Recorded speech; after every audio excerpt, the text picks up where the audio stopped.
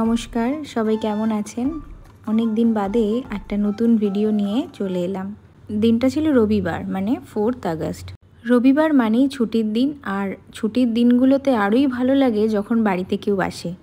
ঠিক তেমনই আমার পিসি, পিসেমশাই আর পিসির মেয়ে মানে মিতালি এসেছিল আমাদের বাড়িতে। তারপর হঠাৎ করে প্ল্যান হলো সন্ধ্যাবেলায় যে রাতের ডিনারটা আমরা রাজনন্দিনী থেকে করব।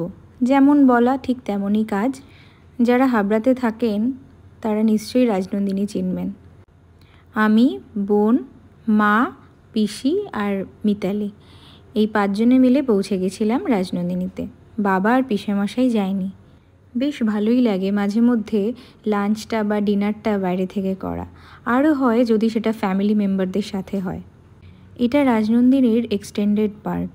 এখানে সানডে বলে আজকে স্পেশাল লাইভ মিউজিক হচ্ছিল, সাথে লাইভ তন্দুরি কাউন্টারও ছিল।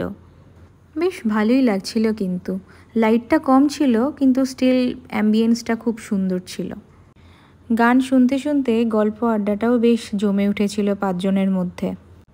ও আর একটা কথা তো বলতেই ভুলে গেছিলাম, যেটা হলো একটা করে ক্যান্ডেল জ্বলছিল প্রত্যেকটা টেবিলে।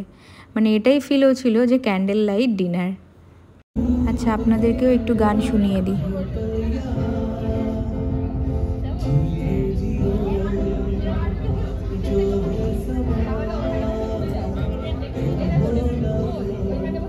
আমার মা আর পিসি দুজনে মিলে কিন্তু গান শুনছে, আবার ভিডিওও করছে।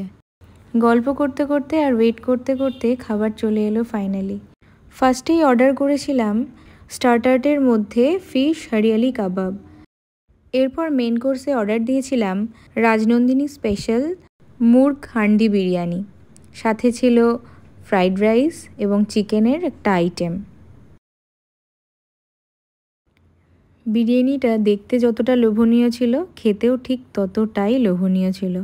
শুধু বিরিয়ানি না, সমস্ত খাবারগুলোই খুবই সুন্দর ছিল, সাথে টেস্টিও ছিল। যারা রাজনন্দিনী চেনেন তারা নিশ্চয়ই এদের খাবারের কোয়ালিটি সম্পর্কে জানবেন। এরপর বাড়ি ফেরার পালা। সবাই মিলে বেশ ভালো একটা সুন্দর সন্ধ্যা কাটিয়ে বাড়ি ফিরলাম। আচ্ছা, এখন তবে আসি। সবাই ভালো থাকবেন, সুস্থ থাকবেন। খুব তাড়াতাড়ি আবার দেখা হবে অন্য কোনো ভিডিওতে, অন্য কোনোভাবে। ধন্যবাদ।